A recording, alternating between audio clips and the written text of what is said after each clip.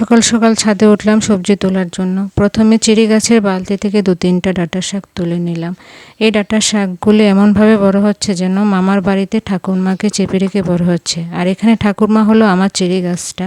এটা আসলে চেরি গাছের বালতি।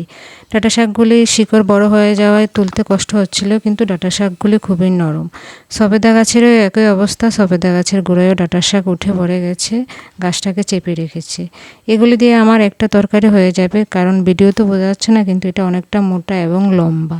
তারপর আমি কিছু লাল শাক তুলে নিলাম। এই লাল শাকগুলি কিন্তু আবার অরিজিনাল লাল শাক। এগুলো আমি গ্রো ব্যাগে লাগিয়েছি।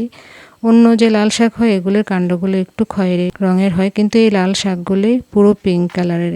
তারপর আমি 2টো বেগুন তুলে নিলাম। বেগুনগুলি এখনও অনেক ছোট, আরও অনেক বড় হবে, কিন্তু কিছু করার নেই। বানর আসলে এগুলোকে খেয়ে ফেলবে, সাথে সাথে আমার কন্টেন্টও খেয়ে ফেলবে। বেগুন তো পেটে পড়বেই না। আর তাই আমি তাড়াতাড়ি এগুলিকে তুলে নিলাম। বানর আমাদের এখানে 10-15 দিন অন্তর আসে। যখনই আসে 3-4 দিন থাকে, সবজি গাছ সব নষ্ট করে চলে যায়। তারপর আমি সবার শেষে কিছু কাঁচা লঙ্কা তুলে নিলাম। কাঁচা লঙ্কা আমি তরতাজা তুলে রান্না করি, আগে থেকে তুলে রাখতে হয় না। যখনই দরকার হয় তখনই আমি কাঁচা লঙ্কা তুলি।